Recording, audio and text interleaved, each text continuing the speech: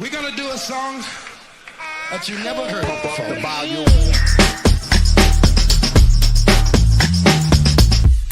Hear the drummer get wicked.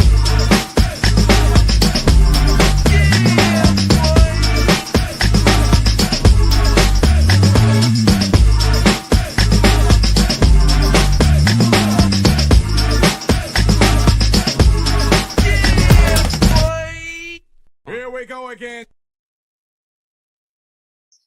Hey, Stimulate, my brother from another mother. What's up, bro? Yo, I got a quick question. What's up? Listen, I know that you are very biased when it comes to the NBA, especially seeing that you got your OKC Thunder hat on, right? Yeah. But I do have a question for you. In general terms, do you watch the NBA, like watch other teams, or do you primarily watch when the Thunder play? No, I primarily watch when the Thunder play. I will occasionally catch other games, but the teams have to be entertaining. Like I'm not finna watch the Bucks. Uh, I'm not watching. I like watching the Cavs if they're on, but like I said, I will watch a whole game of the Thunder, but I might catch bits and pieces of other games. Who did I say? Let's say this. Okay, aside from Shea and the cast of the OKC Thunder, hmm who do you generally like watching play? Steph Curry. Steph Steph Curry. Curry. I like watching Steph play. I like watching Russ play. I love watching Russ play. Um, I love watching I like watching Ja, even though I haven't caught I don't think any Ja games this year. Um, I like watching Ant. Uh and I like generally watching the Suns. Like I like checking for Royce, man. I'll be wanting to make sure Royce is straight. Yeah, But so I would love to watch Melo though. mm, Like mm. I've never really got to watch him play, but I think he's good for the NBA. But I just have never gotten a chance to like watch him play. So you know what's funny? I say that because so one of the things that I can appreciate. So they've always been talking about the NBA ratings are down, right? Mhm. They're at a low. And what's crazy to me is that the ratings are low when players' skill is at like an all-time high, right? You see players who are capable of doing things that they were never able to do. And I know that there are some like key guys that have been injured and things like that. Like you got Joel Embiid, he ain't playing back to backs. You got Zion, he ain't playing at all these days. And you got Chet's gone, and you see teams are still rebounding and everything, right? But I thought about that and I was like, you know what? I think that one of the things that's interesting to me that I think is that I think that what people are seeing, what makes the NBA, I think anyway, ratings so low is that I think that I don't put, I like when I see someone who is truly um, exceptional at, like, let's say shooting threes. Like, I like to see Steph, right? I only like to see Steph shooting threes. I don't particularly care to see nobody else play. And I think that one of the things that I think that makes the NBA great is when you actually have people that are doing something that you don't particularly see someone of that size or that build doing. So like one of the things I was very refreshed. We talked about how John Morant didn't play last season because he got injured early on.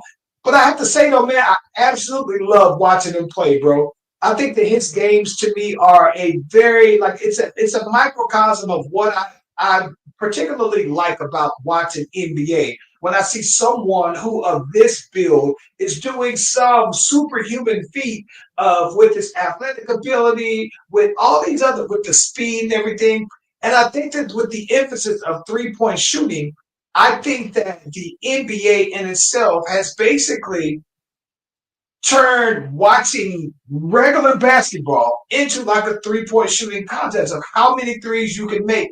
And I understand the whole idea behind the fact that, yeah, you got to have 3-point shooting because that's today's game. But I think that what I don't like about the NBA is that that means that there's an emphasis that now people who should not even be shooting threes have to add it to their bag, and I think that it's great when you see someone like Steph doing it, who has the showmanship behind it and all that other stuff. But I think that it's to the detriment of the league now, to where it makes the league boring to watch when you got these great athletic players that are just out there hiking up a bunch of threes all game long. So it's like, of all the players that I like to watch, Steph is really the only one that shoots threes like that. Like for me, players who I like to watch I like to watch Joker. I like to watch Giannis. I like to watch Shea because he don't just shoot threes. I like to watch Ant-Man. I like to watch Ja. Those are like the 5 players that I personally say, and De'Aaron Fox that I watch, and I say I like them because I understand that there's a specialty with 3-point shooting, bro. But I think that they just have athleticism to me that you just can't teach, though, bro. You've been saying this for 3 years, bro. Like it's This year, it's more apparent, though, bro. to you, because I don't take, like, every time I'm having conversations with people about basketball, the 3-pointer is exciting to them. Like, it's not exciting to you. You've been saying that for years, though. So it is. What Steph is doing. I don't have a problem with Luka shooting threes. I don't have a problem with Kyrie shooting threes. I don't have a problem with anybody. Like, when I've seen, and you didn't have to say Luka, by the way. Why? You didn't have to bring him up first. Well, I mean, he's been out here knocking them down. I can't help the man knocking them down. We got to play them. He hasn't been. He hasn't been. No, he takes a lot of threes, bro. That doesn't mean he's a 3-point shooter. He was a 3-point shooter. I said he's been knocking them down. So regardless of if he's a true 3-point shooter or not, he's out there knocking them down. Like, and Dallas is winning because of it. See, that's part of my issue, right? I get it. That's what I said. It's part of your issue. Most people I talk to, when we talk about the NBA, the 3-pointer is very exciting to them. But you've been saying what you're saying. You've been saying that for years, that you don't like watching 3-point contests. You've been saying that for years. Yeah, I hate it. I just think that, like I said, don't get me wrong. The people who are specialists, where they are exceptional, bro, like, it's cool. But I don't care to watch a 3-point contest, bro. Not during a regular season game. What else we got before we get the music popping up? That's it, bro. Let's get it popping. I got to win until my stay off my lawn old man rant for a little while.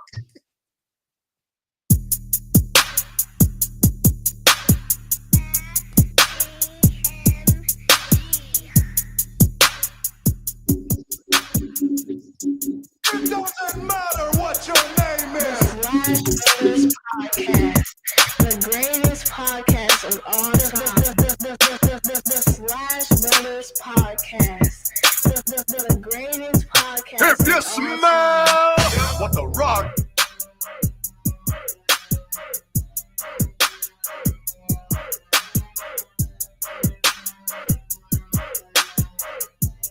It doesn't matter what your name is. Slash Brothers Podcast, the greatest podcast of all the Slash Brothers Podcast, the greatest podcast of all time. Yep.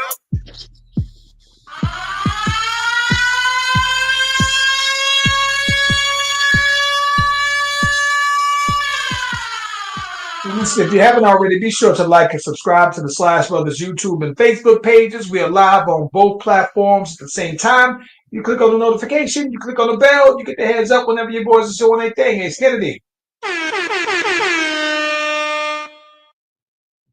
So, you want to jump right on into this one? Let's just jump into it, and then we got other stuff to follow up, but let's just jump into it. Talking about the boy Hov, man. Yeah. So apparently, I think that a couple of months ago, when it was, I think that there was some type of amendment. Now, I'm still trying to get all the facts on this, right? Basically, but I think a couple of months. Go ahead. just basically, bro. There's a Jane Doe who filed uh months ago, maybe even back early with the Diddy stuff, and they had two other celebrities that were redacted or not named in the suit, and so the lawyer that she has reached out to Jay-Z's team, kind of told him like, look, we're gonna go public with this unless we can have can sit down and meet or whatever the case may be. And Jay-Z was like, bruh. So then Jay-Z hit him with the bars, right?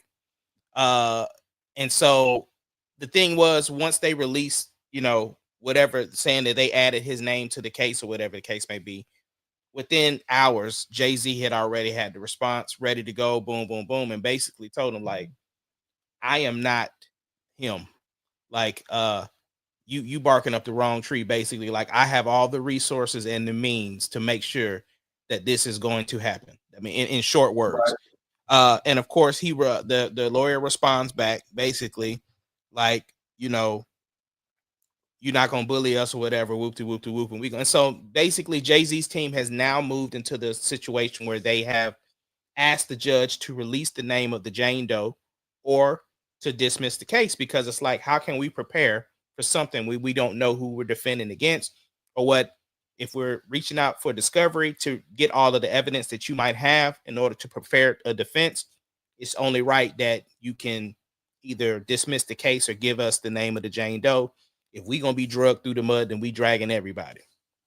Essentially, like, I have the right to defend myself, just like how you have the right to, because anybody can sue anybody for anything. You have the right to confront your accuser. 100%. And so there's apparently Jay-Z was saying that this particular lawyer is known for pulling these type of stunts where they reach out and basically say, hey, we have this and this and we're gonna do this, blah blah blah blah blah. So there is a bunch of different movement going around on this, and of course it sucks because as soon as you mention Diddy and you mention Jay-Z, people's already had him kind of tied to Diddy to begin with. So to release a name, it's the court of public opinion already are shading Jay and don't even have there's the facts and evidence is not even out there. And unfortunately, a part of that has to do with Diddy, because Diddy came out and denied allegations of all of the things that he had going on, and then the Cassie tape comes out. You know what I'm saying? So it's unfortunate, but the court of public opinion has such a huge indication on how people view media that it's unfortunate that Jay's not even given the opportunity to be innocent until proven guilty. Well, listen, I think that one of the benefits, and not to say benefit, one of the things that's on Jay's side is that he's not a very public person these days, right? I think a lot of time, a lot of the moves that he makes are behind the scenes. And I think that the opposite can be said about Diddy. I think that he was more public, so he had more opportunities to take the jabs. So for the most part, the only time I think that Jay-Z kind of gets a lot of the scrutiny when it comes to public opinion is when people like us or people like the Shade Room and Baller Alert, when they post about him. But I think that for the most part, though, man, I think that he's very, very private. Beyonce, very private. They show only the bits and pieces that they want you to see, though, right? So I think he has that benefit. But I think you are right, because it's the association with Diddy. I think that the big thing is that this particular lawyer, the way that I understood it is that after the Diddy, it was almost like he created this hotline and says, hey, if you have this dirt on any of these celebrities, now the time to go ahead and call into it, boom, boom, boom. Listen, I think that the one thing we don't want to do is make light of someone who is an actual, you know what I'm saying? No. I understand what you're saying. Anybody that makes an allegation in this sort of sexual abuse, because this was involving a minor at the time. And we don't want to make light of somebody who's a victim, right? But I think at the same, go ahead. Yes, yeah. But I think at the same time, it's to your point, right? It's you said that this happened when you were a minor, and my thing is this: I think that on the same way, I think that you have the right to accuse, or if you got your facts, that's fine, right? You'll have your day. But I also believe in the right that somebody has to say, "Nah, that wasn't me," or "Nah, where are your facts? Tell me who this is," and everything like that before you just go ahead and say, hey, pay up or else. And it's just like, all right, well, I'm gonna call you bluff then, don't I? And it doesn't help. It doesn't help that this particular lawyer has that history of taking on these kind of things. It reminds me of like an ambulance chaser, right? Those lawyers were after accidents, they're running behind and so trying to go ahead and sue the insurance companies. And there are people who do that for a living, lawyer wise. This guy seems to be right along there. So they start to bring up his own past, DUIs that this dude had and everything like that. So it is interesting though, bro. I think that I am kind of curious because again, he's been out there for a long time, and this is the first time that I'm aware of something more formal being charged against him. So I am very curious to see what happens. So Well, the other thing too, people are allowed to have their opinions. It's the same way when the Meg Thee Stallion case was out and people had their opinion on whether they thought Tory did it or whether somebody else did it, whether they thought Meg was lying or whatever the case may be, until the facts proved otherwise, right?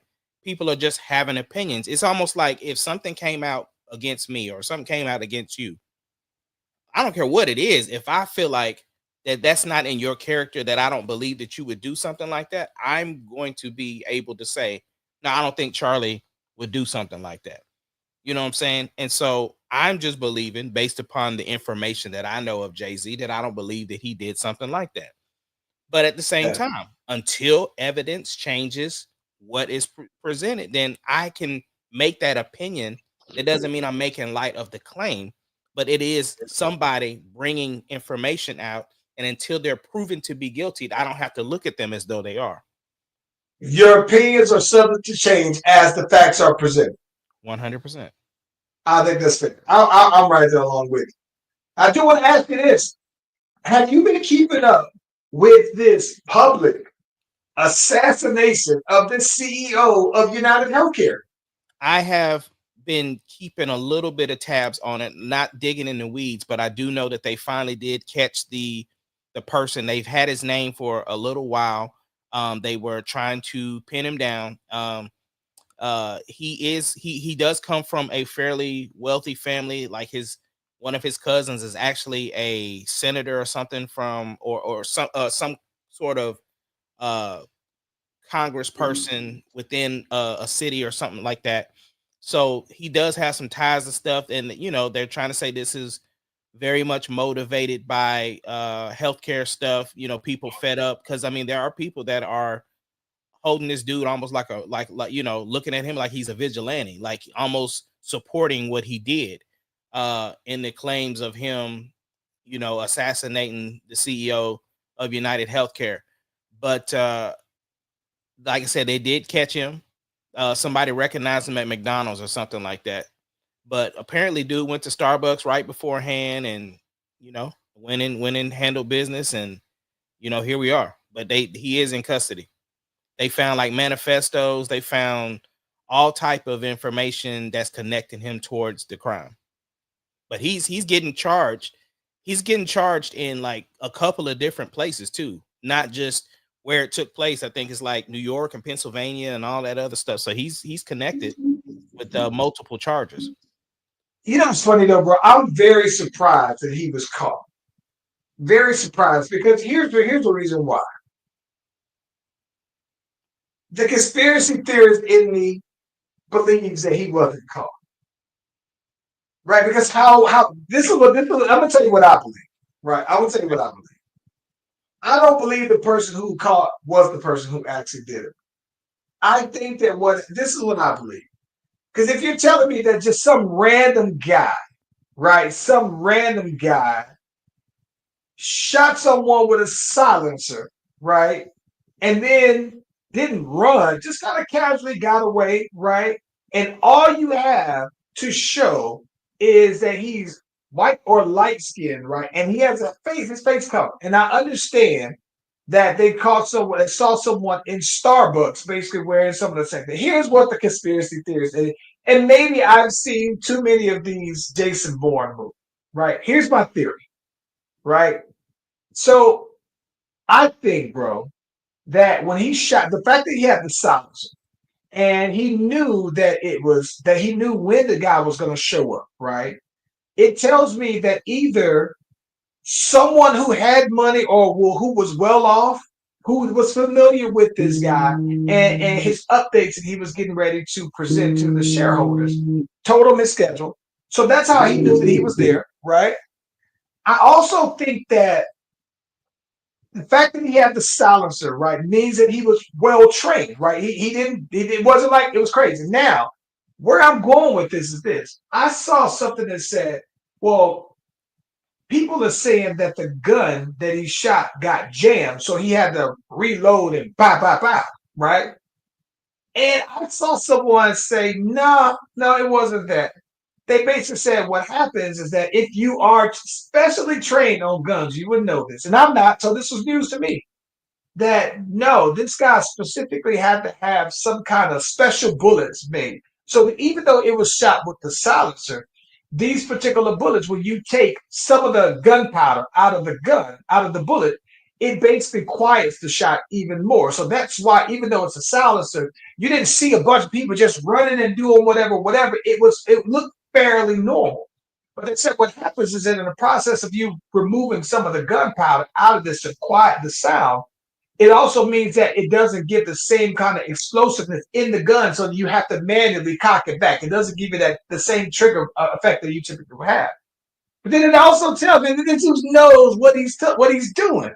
So I don't think that you go through the process of being trained. You cover your face. You wait it out. You knew this guy. You planned it. You were so very calculated, bro, and you got away from it, all for you to just get caught. What I think from watching all these spy movies, Agency, by the way, is a good one, right?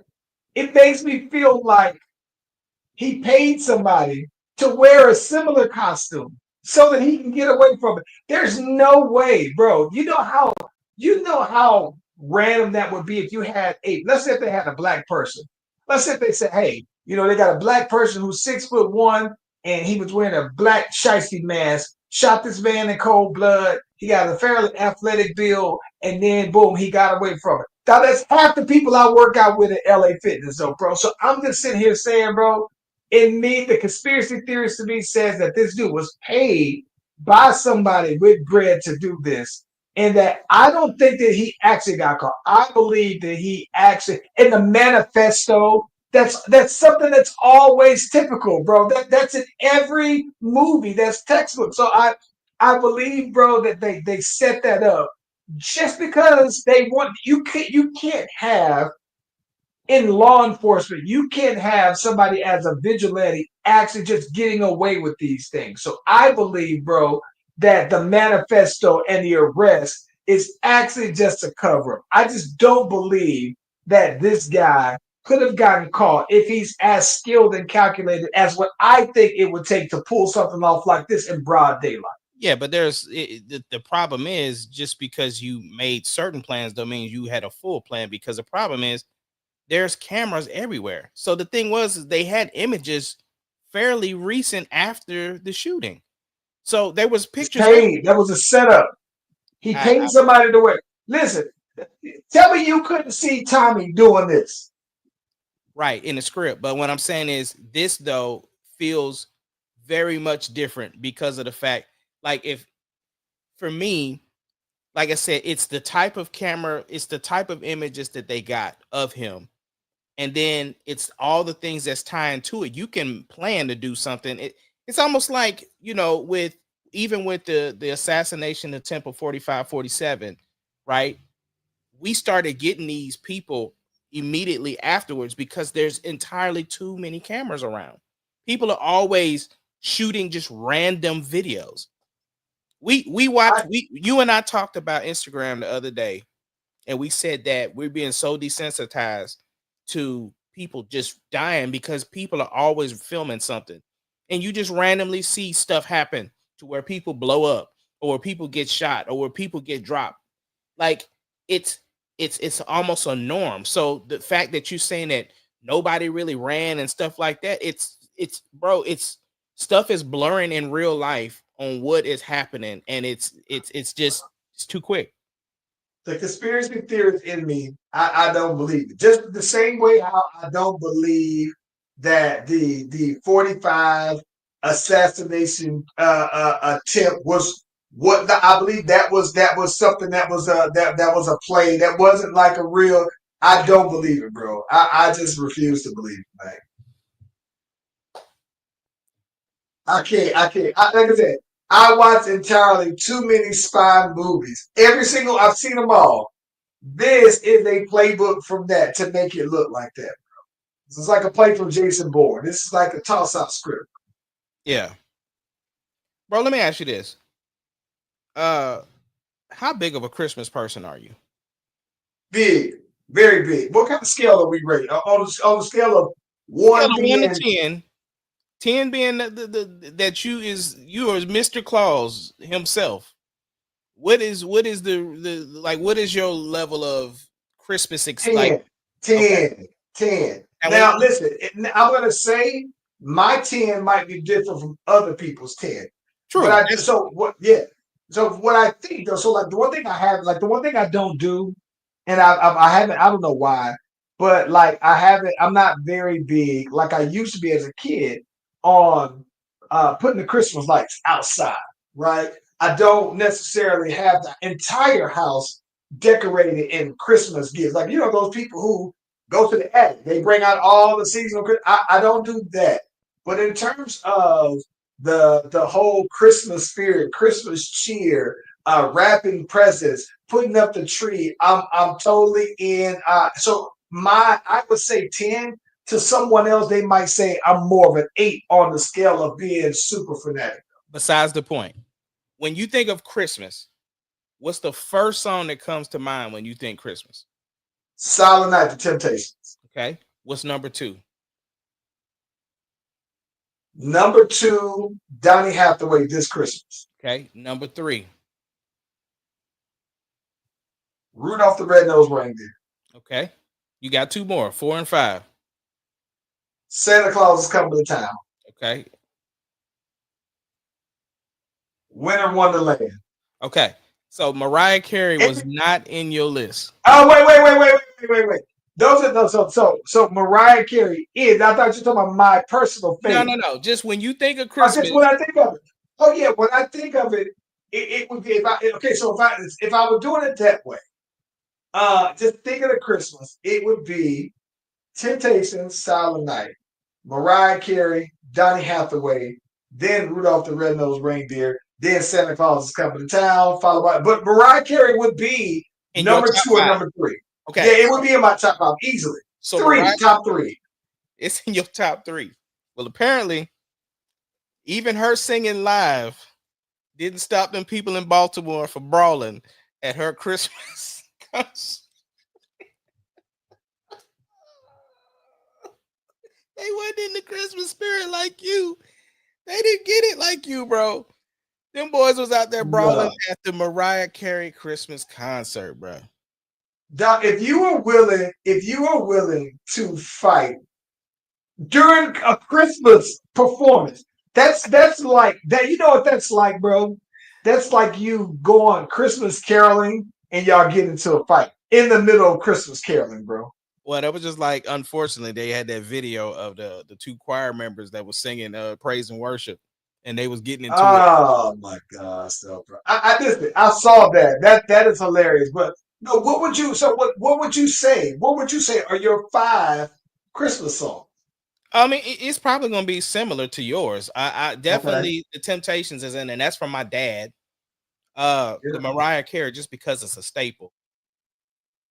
I feel like the Mariah is because I think that's like I think the Silent Night and the Silent Night was inherited, right? It was passed on to us. Yes, I yeah, think Mariah is us, our generation, and then that's our pass on. but it's also a living meme, right? Like you are so almost like every time you post Justin Timberlake, right? People know, oh, it's gonna be May. Like that's a thing, right? It's the same, like you see people right It's gonna around how be May.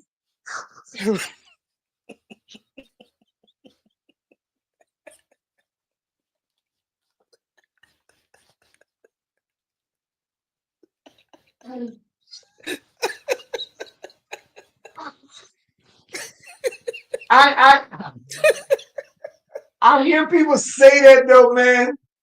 I never sing it like that, right? So I never act. It was never that big of a deal to me. But I guess I can see why it is to It's a people, though, bro. people do it all the It's a time. big deal. Yeah. So it's the same thing. Like right around Halloween, people are like, "Oh, you're about to break the glass," and it's always Mariah Carey waiting to bust out for that Christmas song. So I'm there. I'm there. I'm there. Because listen, I am so like the week after Thanksgiving. I mean, the week after, maybe even the weekend, depending on where Halloween falls, right? If Halloween is on a Monday, by Saturday, the Christmas tree is up, bro. And it is skipping Thanksgiving. I want to see my tree up and lit as often as I can because I know that it's just like how soon do you put your Halloween decorations up? Do you put it up the day before? No, you put them Halloween stuff on up at least 2 weeks. So you want to enjoy it. I want to enjoy my Christmas spirit and decorations up for as long as possible. So I'm going to have mine up 2 months at least for 2 months. and see, my thing is, I'm not so much big on Christmas Day. I'm big on Christmas spirit. Like I love living within December time, like that Thanksgiving to New Year's, the day after New Year's time, where people are just joyous to be around. Like everybody's. Do you find yourself to be nicer to people during Christmas? I'm just nice, but people. No, I know that. I know, but I'm saying, you go nicer. no, I don't. That's just me. But you can see other people doing that though. Yeah. Like you can really see, like you can tell when Christmas is over on how people's attitudes drop. You know what I'm saying? I agree with you. I think in general, bro, I think I'm a nice person, right? I think I'm a good person. So it doesn't take much at all for me to get into my Christmas bag. But when you see me get in my Christmas bag, I do go a little bit extra on like I think that so this is funny because my family, I think I would probably say, yeah, my family already thinks I'm extra, but I'm extra during Christmas though, especially in the fall time, right? The fall is my time of year because you think though, bro. So for me, it's like I got Thanksgiving. The week after Thanksgiving is my birthday. And a lot of times my whole life, I was getting those Christmas birthday presents where people shortchange you on Christmas or they shortchange you on your birthday, right? So Christmas was always a big deal to me, though, man. And so, but I think that because of that fall in that window behind around Thanksgiving, oh yeah, bro, big old, I mean, hella big old, and if I could, bro, I literally would buy every single person that I'm good with, cool with, them and all of their families Christmas gifts. Like I would totally be on that type of time, though, bro. That's the type of time I be on, bro. I be having to slow down. And like this year has been, very different just because of how things are. So it's always like, man, we gotta tone it down, gotta tone it down, gotta tone it down. Yeah. So it definitely is one of those where you just want to do so much for everybody. I will say that is bigger. Yeah. Like I said, I'm pretty generous and pretty nice as it is, but Christmas time, I do want to just I want to see everybody happy because I understand the stress around this time of year because you got not only for financial stress, right? But you got people who have lost loved ones who are going to be experiencing the holidays for the first time without said person. Yeah. Yeah. So I think about that stuff all the time. And so it is a different feeling when it comes to the holidays. Yeah. No, I'm big on Christmas, man. I think that it's funny though, bro, because I'm big on Christmas and big on Thanksgiving. I don't know if I don't know which one's 1A, 1B. I think that for me, Thanksgiving has always been the bigger thing because you think, right? So for us, that's usually if we would go out of town, that was the first time. When we were in town, and let's say when we were out of high school, right? Thanksgiving might be the first big time that everybody comes back into town who's been away from school and been away from whatever. So the clubs, that Thanksgiving, that Friday, no, that Thursday, Thanksgiving night though, bro, and City Lights used to be legit. I mean, You couldn't like I'm talking about like you'd be hard pressed. I'd be hard pressed to tell you about a better time I've had in my entire life than going out on Thanksgiving night at City Lights, though, bro. It's top tier, though, bro. I think that maybe Halloween used to be that way also, but Thanksgiving night at City Lights was top tier, though. Chef's kiss, bro. Yeah. Um. So it is proof, bro, that K Dot has to be one of the biggest artists in the world. You know, people know how talented he is and how very precise and deliberate he is about the things that he says, right? So, of course, in Whacked Out, the first song on the record on his new I album, got lyrics. yeah, uh, we heard the stuff about Wayne, we heard the stuff about Snoop, we heard the stuff about Nas. He specifically called names, right? But then he had a line that says, and I'm paraphrasing, we need to stop these white comedians from talking about these black women. That's law, right? Yeah. And two of my boys that I listen to, and I'm thinking like, I can see why they would jump out the window because they have said stuff about black women, but at the same time, that didn't say no names, right? You know what I'm saying? So we feed into it. Andrew Schultz jumped out there. A hit dog will holler. A hit dog will holler. But I also see, here's the thing. For one, I watch Andrew Schultz on a very consistent basis, right? And so it's almost like when we talked about Kill Tony, right? When I was not shooting him bail, but understanding like, no, the man's doing what he always does. We're just new to it, right? Schultz is another person who he's a comedian. He makes jokes. He's very sarcastic about stuff. So while he was addressing that, again, he never said Schultz's name. But if you're Schultz as a business person, why would I not throw my name out there? Because you didn't say my name, right? Now, people are watching Schultz. Schultz, I've watched him be from one of those dudes who were just like making things happen to now he's selling out arenas, like doing, I ain't gonna say Kevin Hart numbers, but I'm saying he's sold out the Barclays. You know what I'm saying?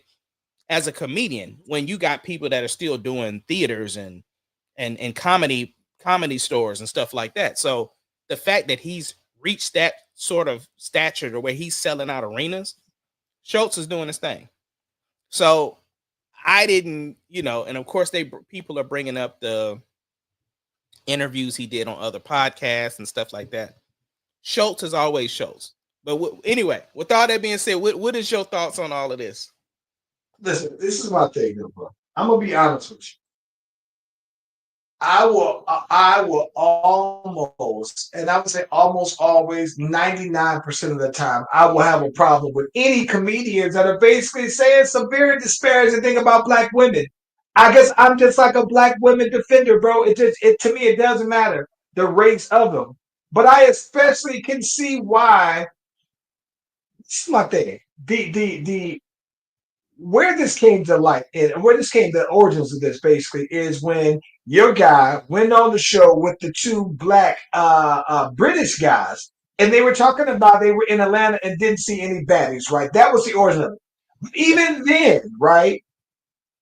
So there's this diaspora war between black. You should see this, bro.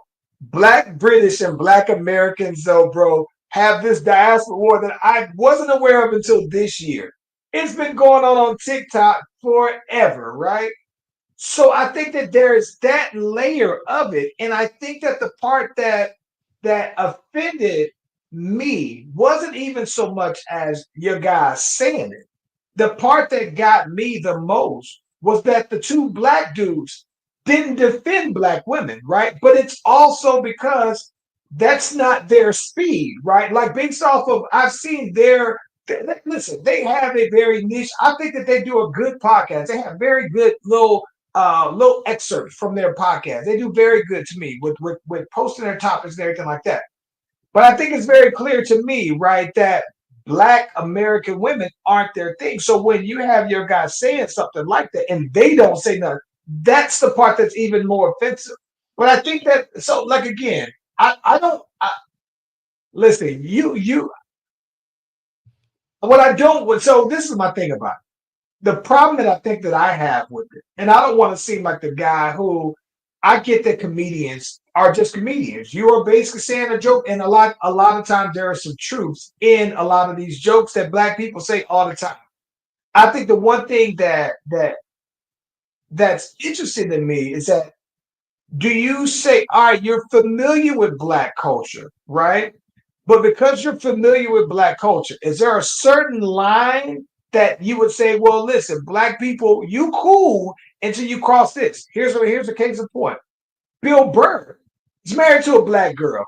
And I don't see him push the envelope across a certain line, right? Because you're familiar, right, with the culture. You might get invited to the cookout, like we say, but at a certain point, it's like, aren't there? Shouldn't there be boundaries, right? That we should accept. No, this is why. Because Okay. Bill Burr is a comedian, right? And so I'm not selective on when I watch his comedy. I don't get offended when he's talking about this person. I don't get offended when he's talking about that person. So I'm not going to get offended if he's talking about my people because it's an all-inclusive thing. And then, like you said, Bill Burr and Gary Owen both were married to Black women, right? It would be like if I was out hanging out with Chad and Chad said something, I would probably laugh because I know Chad, right? But if it was some other random white dude that was saying something that isn't very familiar with the culture and just had some things to say, it's different. And the other thing that, like I said, Andrew Schultz, him and that's Charlemagne's, like that's they Right, but see, but that's the I get that. So it's like you're cool by association, but It's not- you feel like you're so cool where you could, because you think about it. No. So let me ask you this. It's not about association. It's about his comedy. Again, I'm basing him on the merit of what he is. He is a comedian, and he doesn't just talk about Black people. Schultz goes, when I say Schultz travels, he goes overseas. If you watch any, you can pull up all the clips of Schultz. Schultz is talking about everybody. It ain't just one person.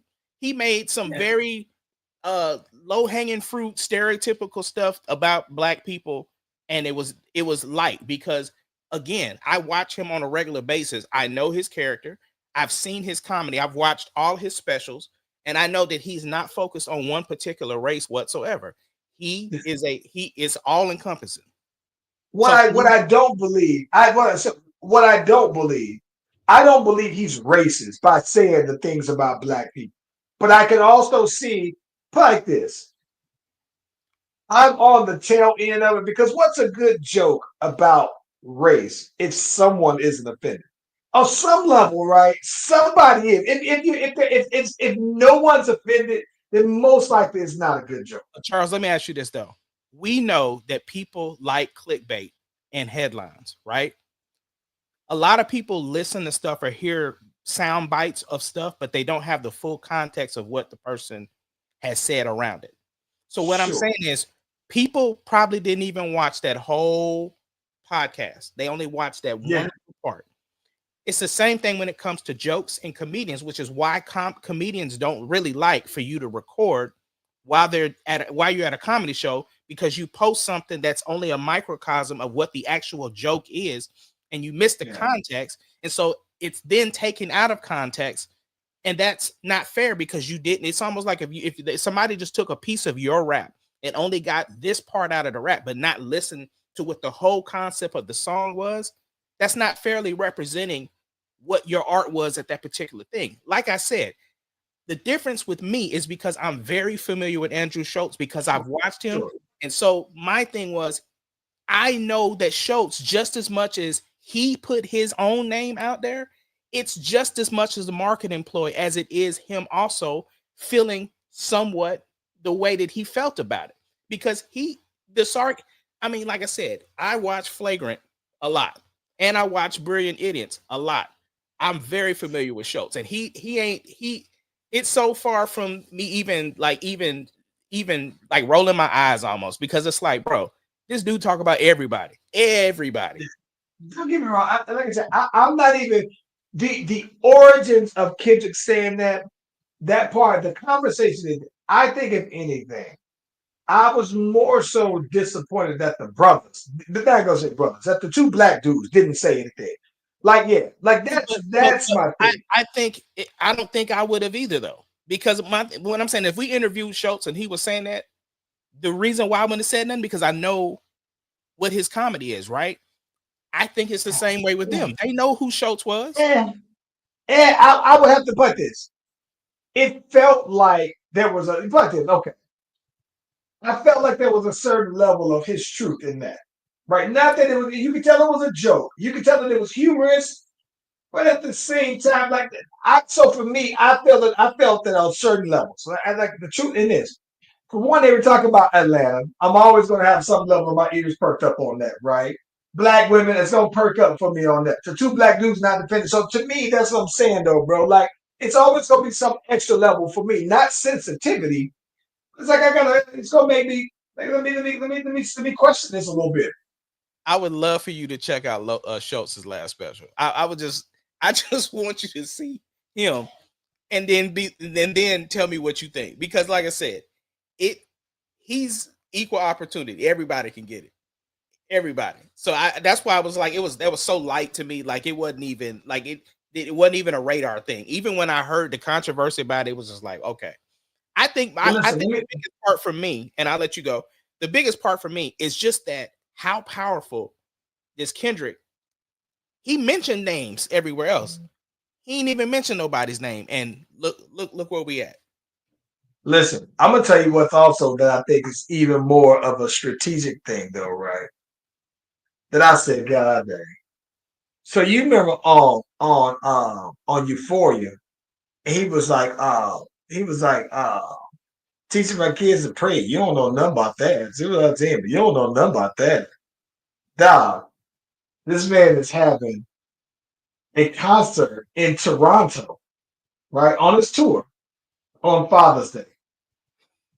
Father's Day concert in Toronto it's like, listen, when you're talking about playing the long game and you talk about chess versus checkers, and you basically have been calling this man out about fatherhood, and you say no on Father's Day, I'm going to be in Toronto. Now you know what would even top that even more if he's on stage and he has his kids on stage, and his girl on stage. Like that would be next level, though, bro. Next level. But to be thinking that far out, next level. Next level. I said it's genius, though, bro. We got a couple of things to get into, bro, and we've been talking today.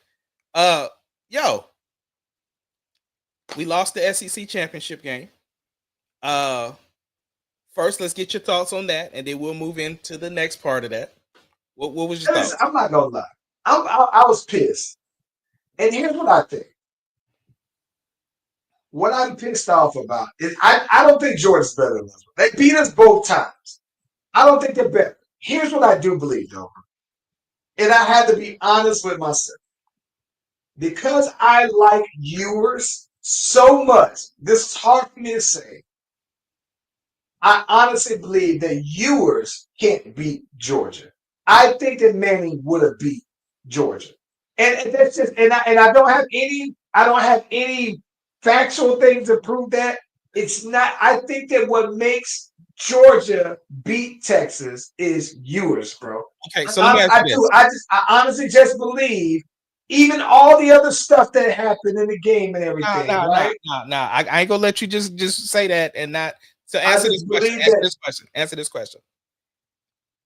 So, Quintravion Wiseman, right? Just had two of the biggest running games ever, right? So when he played against Georgia, he couldn't run. That's Ewers' fault. When you say he couldn't run, Yeah, like what was his numbers? What was his numbers in the Georgia game? In both Georgia I'm games? gonna tell you no. So I'm gonna tell you this. I'm gonna tell you why it makes a difference. Because where I think it would have made a difference is that then I think if you at least had the threat of consistency in passing, you would be able to do the opposite. Usually people use the run game to open up the open up the passing game, right? You do Right. some play So action. right. I So just think that to me, you were able to. This is my thing. I think that because this is my thing. Yes, I believe because Ewers wasn't throwing it that well. I think that it did the opposite. It was a reverse no, Uno card. no, no, I do. I no, honestly no, believe no, that it. no. I ain't fin. No, no, Yes, I no. do. Yes, No. I do. That's I see how you see how you just did that. Exact. I'm glad you said that because you set you yes. fell right into my trap.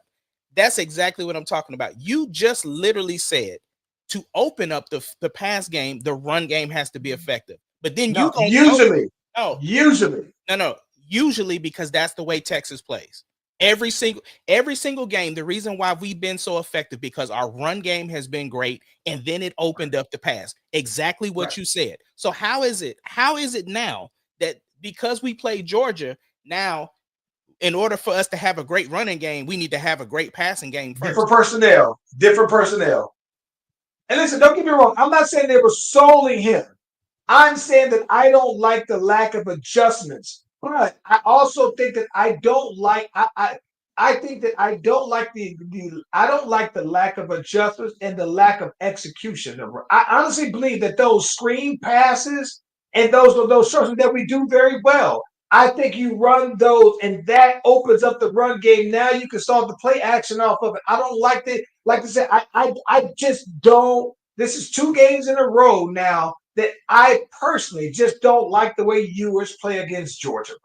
And I've never seen I've never seen Manning go for more than a series against Georgia. But I'm inclined to believe, bro, that Ewers just wouldn't beat Georgia. If we played them 4 times in a row, I don't think that they're better, Dennis. I just think that Ewers can't beat Georgia, bro. Okay. With all that being said, And that's my boy. That's hard to say. That's my boy, but he can't. with that being said, we still ended up with the 5th spot, which is the prime spot according to the analysts. Our biggest threat right now, obviously, is going against Clemson. So that's we play Clemson at home on December 21st. And if we beat Clemson, we then play Arizona State, who has the bye. The winner of the Clemson, Texas, Arizona State debacle will play the winner of the Oregon bracket. Oregon has either play Tennessee or Ohio State. And then in Georgia's bracket, there's what, Georgia and BYU, I think, or Boise State. Was it? Yeah, Georgia, Boise State. Okay. So all that to say, it's a great setup because here's the thing: if whoever comes out of that top bracket, I believe could win it all. What I'm saying is, if Texas comes out of the top bracket, we should be able to win it all. If Oregon comes out of that top bracket, they should be able to win it all. Okay. But Oregon looks beatable. They almost lost to Penn State. All right, hold on. I'm looking at this. Yeah, I got the bracket right here. So you got Texas versus Clemson, and then, like I said, they'll play Arizona State, and then that goes to the semifinals, and then it's Tennessee, Ohio State, then Oregon, and then they play out of that. Pull up the bracket here. My stuff running slow over here. Okay, I got you.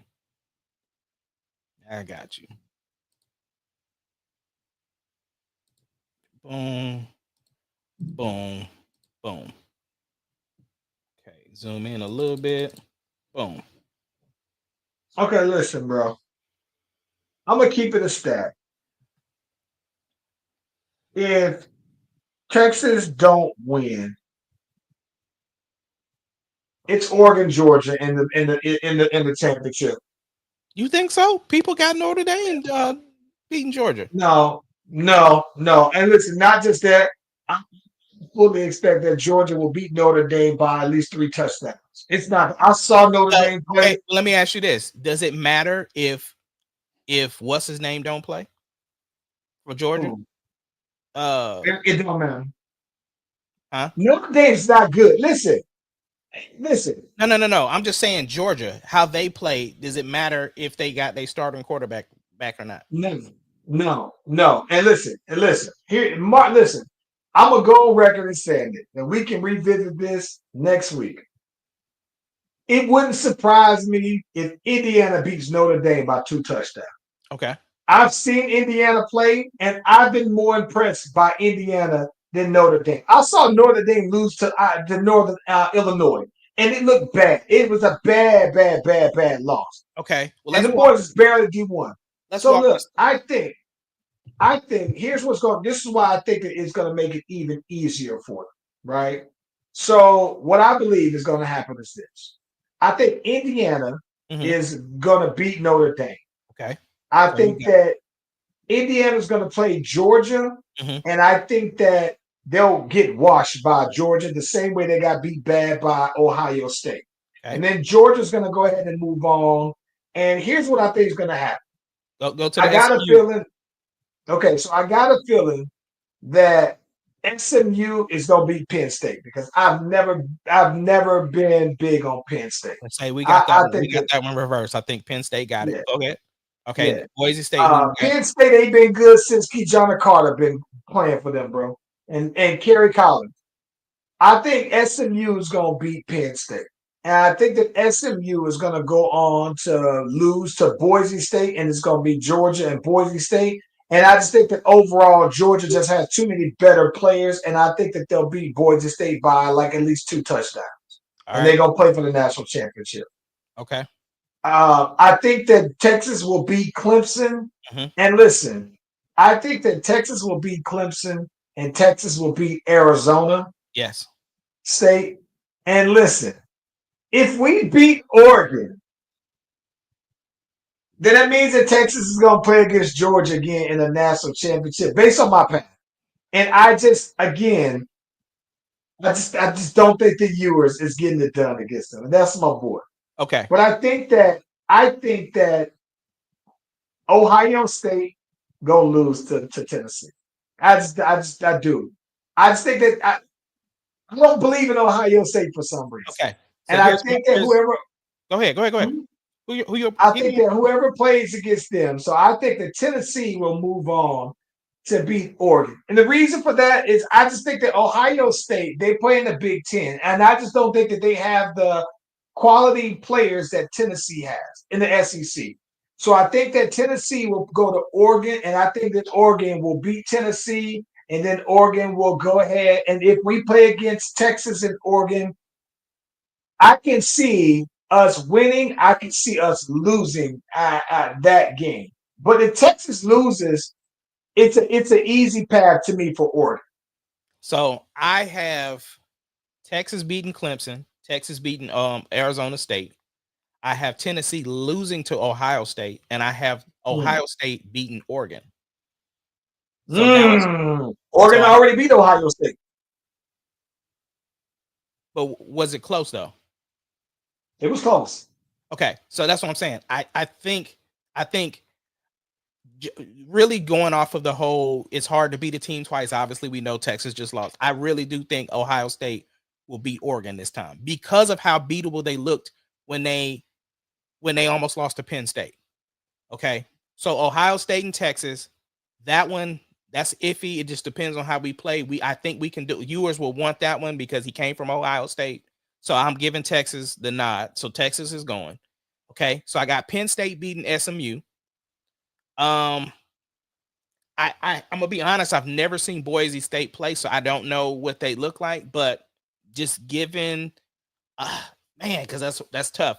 I'm still giving. The running back is cold. Running back is cold. Okay, but I'm still putting Penn State over Boise State. So I got Penn State, and then I'm gonna give it to Georgia because if I feel like, nah, you know what?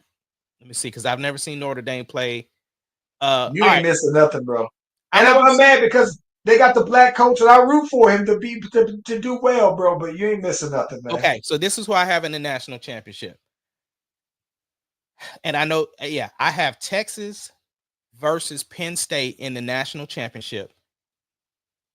That's my national championship game. Now, I will say, if Texas and Georgia do make it back to the national championship game, which would be epic, I think Texas will win that one. Listen, I'm gonna be honest with you. I'm gonna keep it a stack with you. If Texas plays Georgia a third time, if Arch Manning wins the Natty, start his Heisman Trophy campaign for next year, he out of here. But listen, I don't know why, bro, but my gut tells me, bro, that Ewers just can't beat Georgia. It's their personnel, it's their play call. It's something to me that just tells me that I've seen it now, and I just think that maybe the third time is a charm. But I would just like our odds against Georgia specifically better with Arch Manning, bro. Okay. I mean, I hear you. I hear you. It's hard for me to say because, like I said, Ewers is already on my top 3 quarterbacks for Texas all time. My favorites anyway. So I don't know, bro. I don't know, man. Yeah. Let's move on to the NBA. There's no way Texas is gonna play Penn State, though. But you obviously haven't watched Penn State play because listen, yes, I have. Yes, I have. Yes, listen, I have. Okay, well, listen. I'm saying, listen. I don't know how much of Penn State you got. You see, but listen, I think Penn State would get whipped by Ole Miss. Like that's how bad I think Penn State is. Like I think they would lose by 2 touchdowns to Ole Miss. It's hard to tell me that when you believe so much in Oregon and they almost beat Oregon. See, listen. If you're basing it off of them almost beat Oregon, but I think that what you haven't seen is how bad they lost to Ohio State, how bad they lost their other. Like I said, when I'm looking at them play, even their wins just aren't that impressive to me, though, bro. I mean, I understand what you're saying. I'm just telling you what my bracket looks like. That's all Yeah. I'm saying. All right, Cups. We're in the NBA Cup. We have the quarterfinal, which is who you got out of the Magic and the Bucks. The Bucks. Okay, well it's 60-59 at halftime right now. The Thunder and the Magic. I mean, the Thunder and the Mavericks. The Thunder. The Hawks and the Knicks. The Hawks. And then the Warriors and the Rockets. The Warriors. Okay. So that's the quarter cup right now. So and listen, I'm gonna be honest. It's something that I can care. I've never seen nothing in the NBA that I can care less more than this in-season tournament. I think it's the most pointless thing ever, bro. I do too. I just like the courts. I like the courts, and the other thing is the courts are fantastic, bro. Yeah, and I like how much people get paid because you got to think, right? Everybody from your starters to your bench is getting that $250, right? I think that's dope. It's a dope incentive to have something in the middle of the season to create a little, interest. And so, like for instance, this game we wasn't slated to play, right? All of a sudden, these tickets went on sale. I'm sure it's going to be sold out down there. You know what I'm saying? And so it's going to have that playoff atmosphere. The court's going to be different. Like I'm very much ready to watch the game. So I think it's going to be dope. So I'm not necessarily interested in the cup at all, but the Thunder's playing. So it's you playing like a regular Thunder game. I'm excited about. So now that we have an opportunity to bring some hardware into Oklahoma City, I get it ain't the NBA championship, but I'm saying their NBA is trying to make it mean something. We would be the second winners of the cup. So it's like it's just gonna keep expanding. So I guess. Well, look, man, we didn't hit a lot. Yeah. What's good with you for the week, man? Bro, been in the lab. Was writing some stuff. Got the chance to mess with some things that I've been dying to try. So was super excited. I was up super late last night, working on some stuff. So yeah, just in the lab, man, knocking everything out and trying to finish up Christmas shopping. That's about it.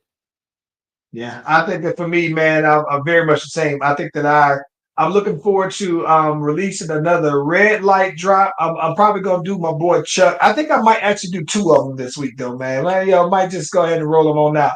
Yeah, got that going on, and I'm back in the lab also, man, trying to finish up a couple of songs. And so yeah, we back at it heavy though, man. That's what's Very up. excited. Yeah. Well, look, man, from ATL to OKC, we are the Slash Brothers. We appreciate y'all for joining us, and for everybody watching on the playback, we love y'all. Thank y'all. Everybody. Shout out to my boy Blue for checking in on them comments, there, boy. Love. You still send me that shirt, bro.